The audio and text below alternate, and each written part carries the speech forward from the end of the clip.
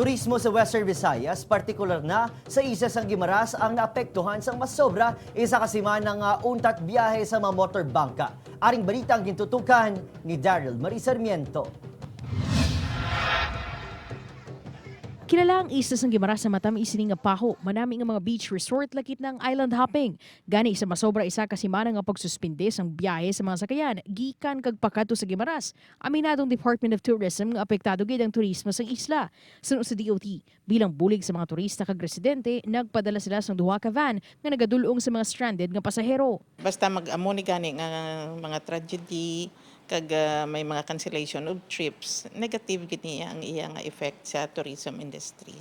Plano sa karon sang DOT nga sa pulo ng stakeholders kag iban pa nga ahensya sang gobyerno sa Guimaras, agud istoryahan ang mga tikang agud makabulig sa liwat nga pagbalik sang turismo sa probinsya. Magagather sang enough information siguro ang mga input sang nagkalain-lain nga mga ahensya sang gobyerno kag sa community man para nga maposisyon naton liwat ang Guimaras sa local, domestic kag foreign tourist market. Maluwas ang probinsya sang Guimaras, madamo man sa mga naapektuhan nga turista kag mga residente sa Banwa San Carles nga kilalaman bilang isa ka tourist destination sang riyon. Upod kay Hans Disyerto, Daryl Marie Sarmiento, One Western Visayas.